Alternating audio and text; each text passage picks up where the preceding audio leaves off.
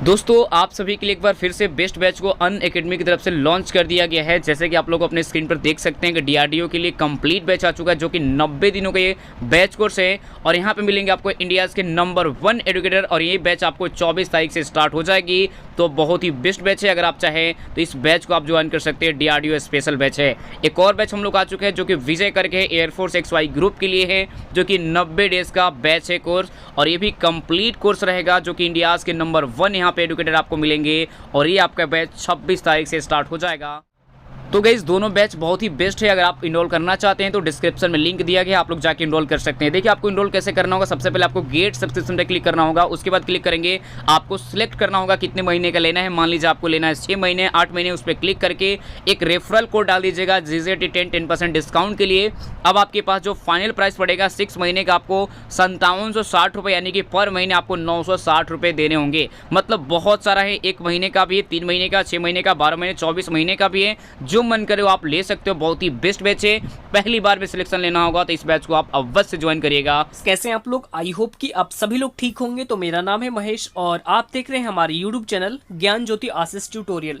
तो दोस्तों आज हम लोग करने वाले हैं नेवी एयरफोर्स से रिलेटेड जीके के मोस्ट इंपॉर्टेंट क्वेश्चन, जो आपके एग्जाम के लिए बिल्कुल इंपॉर्टेंट होंगे। तो चलिए शुरू करते हैं।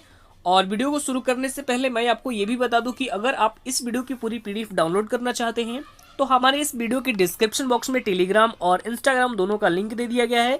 तो सबसे पहले आपको क्या करना होगा, टेलीग्राम चैनल ज्वाइन करना है और वहां से सारे वीडियो PDF फाइल को डाउनलोड कर सकते हैं। ठीक है, तो चलिए शुरू करते हैं। और यहाँ पर देखेंगे पहला क्वेश्चन आप लोग के स्क्रीन के ऊपर ये है। पहला क्वेश्चन ये कि सबसे छोटा महाद्वीप कौन सा है। ये सारे ही क्वेश्चन आपके प्रीवियस ईयर क्वेश्चन है। ठीक है, तो बिल्कुल ध्यान से और वीडियो को अंत तक बने रहना है। ठीक है, सवाल नंबर 1 आपके स्क्रीन के ऊपर ये कि सबसे छोटा महाद्वीप कौन सा है। What is the smallest content. यहाँ पे नीचे में 4 ऑप्शन दिए गए हैं। ऑप्शन ए में क्या है, Australia. Option B Antarctica. Option C में है अफ्रीका और ऑप्शन डी दक्षिण अफ्रीका। तो यहाँ पे क्वेश्चन नंबर 1 का राइट आंसर क्या हो जाएगा, ऑप्शन नंबर ए हो जाएगा। ए में हमारे पास क्या है, ऑस्ट्रेलिया हो जाएगा राइट आंसर। ठीक है, यानी जो सबसे छोटा महाद्वीप है वो कौन सा है, तो वो ऑस्ट्रेलिया है। ऑप्शन ए हो जाएगा राइट आंसर। ठीक है, अब आगे बढ़ते हैं हम। अगला क्वेश्चन प्रश्न संख्या 2 आपके स्क्रीन को ऊपर है और ये भी क्वेश्चन बिल्कुल इंपॉर्टेंट है, ध्यान से देखिएगा। सवाल ये है कि विश्व क्षय रोग दिवस ये कब मनाया जाता है।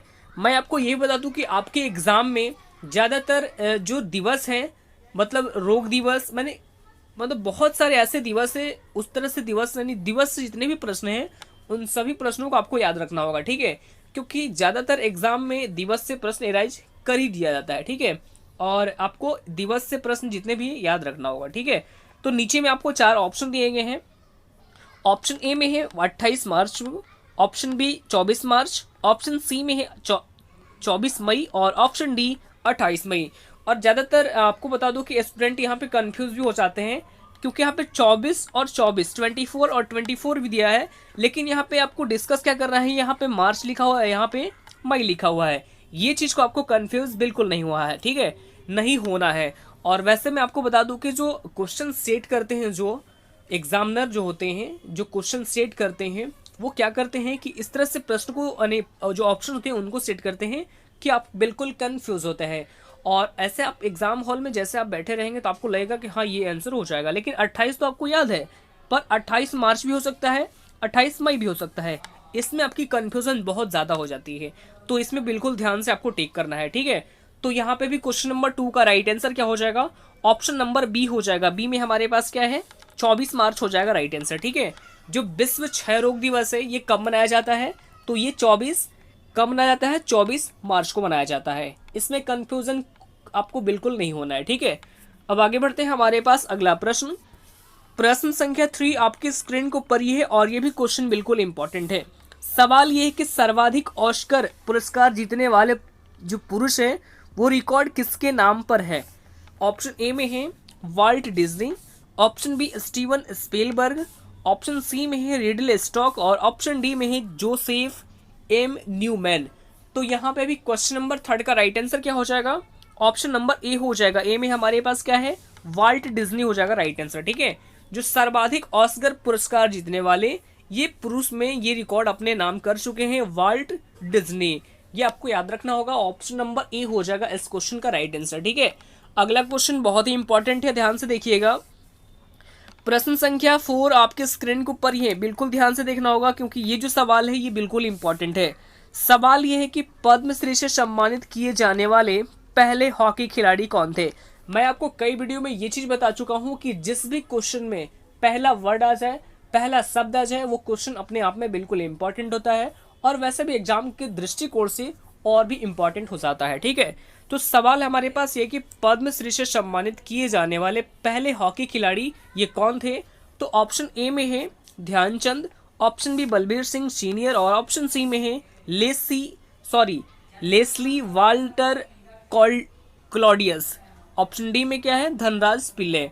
तो यहाँ पे क्वेश्चन नंबर 4 का राइट आंसर क्या हो जाएगा, ऑप्शन नंबर बी हो जाएगा, यानी बलबीर सिंह सीनियर हो जाएगा राइट आंसर। ठीक है, यानी पद्मश्री से सम्मानित किए जाने वाले ये पहले हॉकी खिलाड़ी हैं, तो इनका नाम बिल्कुल याद रखना होगा। ठीक है, अब आगे बढ़ते हैं हमारे पास अगला प्रश्न। प्रश्न संख्या 5 आपके स्क्रीन को पर ये है, इसको भी ध्यान से देखना होगा। सवाल है कि निम्नलिखित में से एथेनॉल किससे प्राप्त किया जा सकता है। ऑप्शन ए में है चावल, ऑप्शन बी सूरजमुखी, ऑप्शन सी में है गन्ना और ऑप्शन डी पेट्रोल। तो आपको बता दूं कि क्वेश्चन नंबर 5 का राइट आंसर क्या हो जाएगा, ऑप्शन नंबर सी हो जाएगा। सी में हमारे पास क्या है गन्ना हो जाएगा राइट आंसर। ठीक है, यानी निम्नलिखित में से एथेनॉल किससे प्राप्त किया जा सकता है, तो गन्ना से एथेनॉल आप आसानी से प्राप्त कर सकते हैं। ठीक है, ऑप्शन सी हो जाएगा इस क्वेश्चन का राइट आंसर। आगे बढ़ते हैं हमारे पास अगला प्रश्न। प्रश्न संख्या 6 आपके स्क्रीन को पर ये है, ध्यान से देखिएगा। सवाल है कि मोटापे को नापने के लिए निम्नलिखित में से किसका उपयोग किया जाता है। आपको बता दूं कि जो चीज़ जिसको नापते हैं, तौलते हैं या फिर उसको मीटर से किसी भी चीज़ को हम नापते हैं, तो इन सभी से भी प्रश्न आपके एग्जाम में पूछे जाते हैं। तो सवाल हमारे पास ये कि मोटापे को नापने के लिए निम्नलिखित में से किसका उपयोग किया जाता है। तो यहाँ पे इस क्वेश्चन का राइट आंसर क्या हो जाएगा, ऑप्शन नंबर बी हो जाएगा। बी में हमारे पास क्या है BMI हो जाएगा राइट आंसर। ठीक है, हम BMI से हम अपने मोटापे को नाप सकते हैं, ऑप्शन बी हो जाएगा राइट आंसर। ठीक है, अब आगे बढ़ते हैं हमारे पास अगला क्वेश्चन। प्रश्न संख्या 7 आपके स्क्रीन को पर ही है। सवाल ये कि लीवर पर वह बिंदु कौन सा है जो अपने स्थान पर स्थिर रहता है। ऑप्शन ए में है प्रयास, ऑप्शन बी भार, ऑप्शन सी फलक्रम और ऑप्शन डी में है कोर। तो यहाँ पे क्वेश्चन नंबर 7 का राइट आंसर क्या हो जाएगा, ऑप्शन नंबर सी हो जाएगा। सी में हमारे पास क्या है फलक्रम हो जाएगा राइट आंसर। ठीक है, ऑप्शन नंबर सी हो जाएगा यहाँ पे राइट आंसर। अब आगे बढ़ते हैं हमारे पास अगला प्रश्न। प्रश्न संख्या 8 आपके स्क्रीन को पर ये है कि पक्षियों के अध्ययन को क्या कहा जाता है। ऑप्शन ए में है एटोमोकोलॉजी, ऑप्शन बी में है ऑर्निथोलॉजी, ऑप्शन सी बर्डोलॉजी और ऑप्शन डी में है हर्पेटोलॉजी। तो यहाँ पे क्वेश्चन नंबर 8 का राइट आंसर क्या हो जाएगा, ऑप्शन नंबर बी हो जाएगा। बी में हमारे पास क्या है अर्निथोलॉजी हो जाएगा राइट आंसर। ठीक है, यानी जो पक्षियों को अध्ययन को हम लोग क्या कहते हैं, तो वो हम लोग ऑर्निथोलॉजी कहते हैं, ऑप्शन बी हो जाएगा राइट आंसर। अब आगे बढ़ते हैं हमारे पास अगला प्रश्न। प्रश्न संख्या 9 आपके स्क्रीन को पर ये है। सवाल ये कि डेनमार्क की राजधानी का नाम क्या है। ऑप्शन ए में है Copenhagen, option B Bristol, option C Sydney और ऑप्शन डी कैनबरा। तो बता दो कि जो डेनमार्क की राजधानी है, और वैसे भी आपके एग्जाम में राज्य राजधानी, मुख्यमंत्री, प्रधानमंत्री से भी प्रश्न आपके एग्जाम में पूछे जाते हैं और करेंसी से भी पूछे जाते हैं। ठीक है, तो इस तरह के प्रश्न आपको यहाँ पे याद रखना होगा। तो जैसे आपको क्वेश्चन में यहाँ पे 9 नंबर दिया कि डेनमार्क की राजधानी का नाम क्या है, तो ये क्या है, यहाँ पे ऑप्शन नंबर ए हो जाएगा राइट आंसर। ठीक है, कोपेनहेगन हो जाएगा right answer, option number A हो जाएगा। आगे बढ़ते हैं हमारे पास अगला प्रश्न। प्रश्न संख्या 10 आपके स्क्रीन को पर है कि 2015 में संयुक्त राष्ट्र जलवायु परिवर्तन सम्मेलन कहाँ आयोजित किया गया था। सवाल आपके एग्जाम में इस तरह से भी पूछा जाता है। ठीक है, सवाल क्या है, फिर से दोबारा रिपीट कर लेते हैं कि 2015 में संयुक्त राष्ट्र जलवायु परिवर्तन सम्मेलन कहाँ आयोजित किया गया था। ऑप्शन ए में है Moscow, option B New Delhi, option C Paris और ऑप्शन डी लंदन। तो यहाँ पे क्वेश्चन नंबर 10 का राइट आंसर क्या हो जाएगा, ऑप्शन नंबर सी हो जाएगा। सी में हमारे पास क्या है पेरिस हो जाएगा राइट आंसर। ठीक है, जो 2015 में संयुक्त राष्ट्र जलवायु परिवर्तन सम्मेलन होता उसका आयोजन पेरिस में किया गया था, ऑप्शन सी हो जाएगा राइट आंसर। ठीक है, अब आगे बढ़ते हैं हमारे पास अगला प्रश्न, और यहाँ से जो प्रश्न हमारे स्टार्ट हो रहे हैं ये बिल्कुल इंपॉर्टेंट होंगे और इन सभी प्रश्नों से जितने भी एक्स्ट्रा फैक्ट निकल के आएंगे वो आपको क्या करना होगा, नोट करते चलना होगा। ठीक है, तो यहाँ पे सवाल नंबर 11 आपके स्क्रीन के ऊपर ये है, ध्यान से देखिएगा। सवाल ये कि भारतीय पर्यटन सांख्यिकी के अनुसार कौन सा राज्य विदेशी पर्यटन में पहले स्थान पर रहा है। ये क्वेश्चन बिल्कुल इंपॉर्टेंट है, इसको आपको बिल्कुल याद रखना होगा और ये करंट का सवाल है। तो विदेशी पर्यटन के मामले में टॉप पर रहा है तमिलनाडु। ऑप्शन क्या हो जाएगा, बी राइट आंसर हो जाएगा। ठीक है, तमिलनाडु, मतलब कि तमिलनाडु में सबसे ज्यादा विदेशी पर्यटन घूमने आए हैं। ठीक है, इसलिए ये क्या है, टॉप पर रहा है। अब यहाँ पे हम तमिलनाडु के बारे में डिस्कस कर लेते हैं। तो राजधानी क्या है, तमिलनाडु की राजधानी है चेन्नई, और चेन्नई में ही हेडक्वार्टर स्थित है किसका, टीवीएस का। टीवीएस का हेडक्वार्टर चेन्नई में स्थित है। मुख्यमंत्री हैं एडापट्टी के पलानीस्वामी जी, जिन्हें कुछ समय पहले ही पॉल हैरिस फॉलो ऑफ सम्मान से भी सम्मानित किया जा चुका है। जबकि राज्यपाल हैं बनवारी लाल पुरोहित। ये भी आपको यहाँ पे याद रखना होगा। ठीक है, अब आगे बढ़ते हैं हमारे पास अगला प्रश्न, प्रश्न संख्या 12 यानी 12 नंबर प्रश्न आपके स्क्रीन के ऊपर ये है कि भारतीय पर्यटन सांख्यिकी के अनुसार कौन सा राज्य घरेलू पर्यटन में पहले स्थान पर रहा है। सेम प्रश्न है, सवाल पहले में क्या था, 11 नंबर सवाल में हमारे पास ये था कि भारतीय पर्यटन सांख्यिकी के अनुसार कौन सा राज्य विदेशी पर्यटन के पहले स्थान पर रहा है। लेकिन यहाँ पे क्या कर रहा है, घरेलू पर्यटन। सवाल चेंज हो गया ना। यहाँ पे आपको बता दूं कि सवाल फिर से पढ़ेंगे कि भारतीय पर्यटन सांख्यिकी के अनुसार कौन सा राज्य घरेलू पर्यटन में पहले स्थान पर रहा है। ऑप्शन ए में है Uttar Pradesh, option B Rajasthan, option C Maharashtra और ऑप्शन डी पश्चिम बंगाल। तो देखिए, हाल ही में पर्यटन मंत्रालय ने इस पर्यटन सांख्यिकी के अनुसार घरेलू पर्यटन के मामले में टॉप पर रहा है उत्तर प्रदेश, यानी ऑप्शन नंबर ए हो जाएगा राइट आंसर। क्या हो जाएगा, ऑप्शन ए राइट आंसर, यानी उत्तर प्रदेश हो जाएगा। ठीक है, अब यहाँ पर एक टर्म लिखा हुआ है घरेलू पर्यटन। मैंने अभी बताया घरेलू पर्यटन, यहाँ पे क्या लिखा है, एक टर्म लिखा गया है। तो इससे आप क्या समझ सकते हैं, तो इसका सिंपल सा मतलब है कि भारत में अलग अलग राज्यों से यानी सबसे ज्यादा लोग घूमने कहाँ गए, और उत्तर प्रदेश में, और इस घरेलू पर्यटन के मामले में उत्तर प्रदेश सबसे टॉप पर रहा है। तो हम यहाँ पे उत्तर प्रदेश के बारे में डिस्कस कर लेते हैं। तो राजधानी क्या है, उत्तर प्रदेश की राजधानी है लखनऊ। लखनऊ क्या है, उत्तर प्रदेश की राजधानी है। मुख्यमंत्री योगी आदित्यनाथ हैं, और वहाँ के प्रेजेंट टाइम में जो गवर्नर है वो है आनंदीबेन पटेल। ठीक है, और उत्तर प्रदेश के उच्च न्यायालय के मुख्य न्यायाधीश कौन है, तो ये है जस्टिस गोविंद माथुर। ये भी आपको यहाँ पे याद रखना होगा। ठीक है, अब आगे बढ़ते हैं हमारे पास 13 नंबर प्रश्न संख्या 13 आपके स्क्रीन के ऊपर ये है कि हाल ही में लगातार 2 आईपीएल शतक लगाने वाले पहले खिलाड़ी कौन बने हैं। ऑप्शन ए में है Shikhar Dhawan, option B Mahendra Singh Dhoni, option C KL Rahul और ऑप्शन डी विराट कोहली। तो लगातार 2 आईपीएल शतक लगाने वाले पहले खिलाड़ी ये बन गए हैं शिखर धवन। ऑप्शन नंबर ए हो जाएगा राइट आंसर। ठीक है, ऑप्शन ए राइट आंसर नहीं, शिखर धवन बन गए हैं। ठीक है, शिखर धवन, और ये आईपीएल का 13वां एडिशन चल रहा था। ठीक है, कौन सा एडिशन चल रहा था, 13वां एडिशन। जो ये आईपीएल खत्म हुआ है इसका कौन सा एडिशन था, ये 13वां एडिशन। ठीक है, और 2008 में इसका फर्स्ट एडिशन खेला गया था। और आईपीएल में सबसे सफल टीम कौन रही थी, तो ये रही थी मुंबई इंडियंस। ये आपके एग्जाम में प्रश्न पूछे जा सकते हैं। ठीक है, जिसके पास कुल 4 खिताब अपने नाम किया है, और 4 खिताब तो पहले किया था, लेकिन अब ये 5वां खिताब भी यानी +1 भी हो गया, ये आपका 5वां खिताब अपने नाम कर लिया है मुंबई इंडियंस। तो ये भी आपको याद रखना होगा। ठीक है, जो महेंद्र सिंह धोनी है ये आईपीएल में 200 मैच पूरा करने वाले, यानी 200 मैच पूरा किए हैं। और केएल राहुल जो हैं, तो आईपीएल के जो इस सेशन का जो पहला सेंचुरी है ये केएल राहुल ने ही मारा है। ठीक है, और इसके बाद जो विराट कोहली हैं, तो आईपीएल में सबसे ज्यादा रन बनाने वाले, ये आईपीएल में सबसे ज्यादा रन बनाने वाले विराट कोहली हैं। ये क्या है, पहले खिलाड़ी बने हैं। ये भी आपको यहाँ पे याद रखना होगा। ठीक है, तो इन सभी के बारे में मैंने डिस्कस कर लिया। अब आगे बढ़ते हैं हमारे पास अगला प्रश्न, प्रश्न संख्या 14 यानी सवाल नंबर 14 आपकी स्क्रीन के ऊपर ये है। ये भी क्वेश्चन बिल्कुल इंपॉर्टेंट है, ध्यान से देखिएगा। सवाल ये कि उत्तर प्रदेश के किस शहर में उत्तर प्रदेश के राज्यपाल द्वारा सेफ सिटी यानी प्रोजेक्ट का उद्घाटन किया गया है। ये भी क्वेश्चन बिल्कुल इंपॉर्टेंट है। सवाल ही बहुत ही अच्छा है, और ऐसे सवाल आपके एग्जाम में पूछे जा सकते हैं। तो इसका उद्घाटन अभी हाल ही में किया गया है उत्तर प्रदेश के राजधानी लखनऊ में। ऑप्शन नंबर सी हो जाएगा राइट आंसर। ठीक है, उत्तर प्रदेश के राजधानी लखनऊ में किया गया है। तो देखिए, ये जो सेफ सिटी प्रोजेक्ट है ये एक महिला सुरक्षा अभियान है, जो कि टोटल 180 दिन तक चलाया जाएगा, ठीक है। और इस प्रोजेक्ट के तहत पुलिस, यानी मतलब कि पुलिस के अलावा और भी जो डिपार्टमेंट है, ये सार्वजनिक जगहों पर महिलाओं की सुरक्षा को मजबूत बनाए रखने के लिए यानी इस तरह के काम करेंगे। और प्रोजेक्ट का नाम क्या है? Safe city project. और इसी की शुरुआत की गई है उत्तर प्रदेश की राजधानी लखनऊ से। अब यहाँ पे हम लखनऊ के बारे में बात करें तो ये उत्तर प्रदेश की राजधानी है और ये हमारे रक्षा मंत्री राजनाथ सिंह जी हैं, इनका निर्वाचन क्षेत्र भी है। जो कि लखनऊ जो है वो गोमती नदी के किनारे बसा हुआ है। और इसी लखनऊ के 4 बाग रेलवे स्टेशन से भारत का पहला हेल्थ एटीएम भी लॉन्च किया गया था।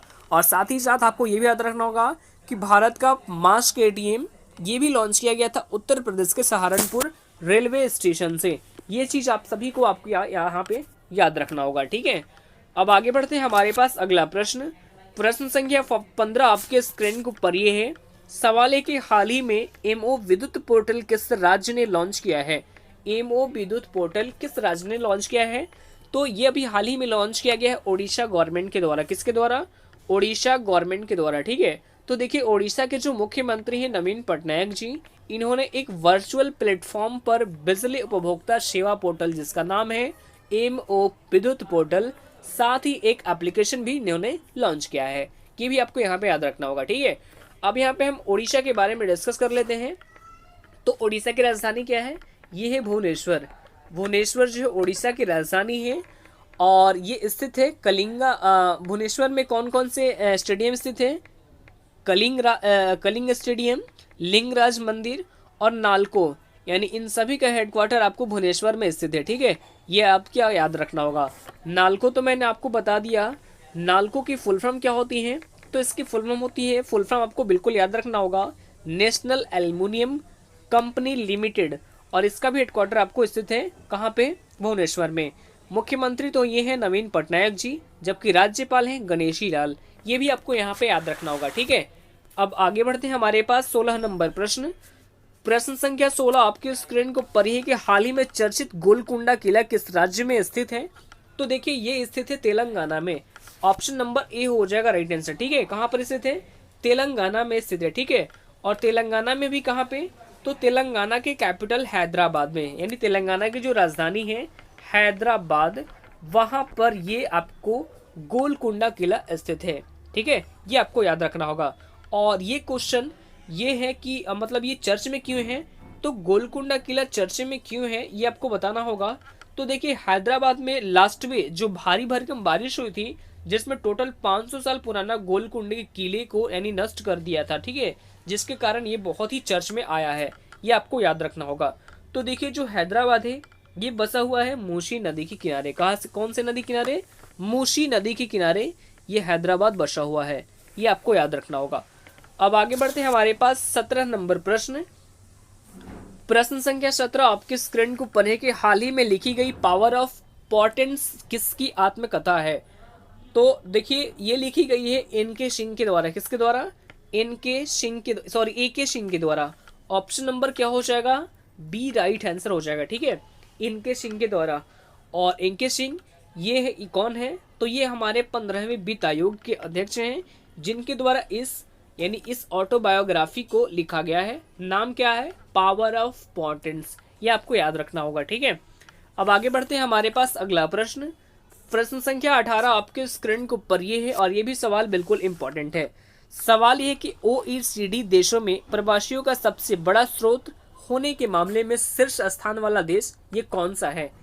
तो बता दूं कि इसमें पहले स्थान पर रहा है चाइना। ऑप्शन ए हो जाएगा इस क्वेश्चन का राइट आंसर, ठीक है, जो कि पहले स्थान पर है, ठीक है। दूसरे स्थान पर है अपना देश भारत। दूसरे स्थान पर अपना देश भारत है। और इसी क्रम में आपको बता दूं कि तीसरे स्थान पर है रोमानिया। ये क्रम आपको बिल्कुल यहाँ पे याद रखना होगा, ठीक है। अब यहाँ पे हम बात कर लेते हैं किसके बारे में? OECD के बारे में बात कर लेते हैं। तो सबसे पहले इसकी फुल फॉर्म क्या होती है? तो इसकी फुल फॉर्म होती है the organisation for economic corporation development. तो देखिए, जो OECD है ये कुल टोटल 37 देशों का एक संगठन है। कितने देशों का?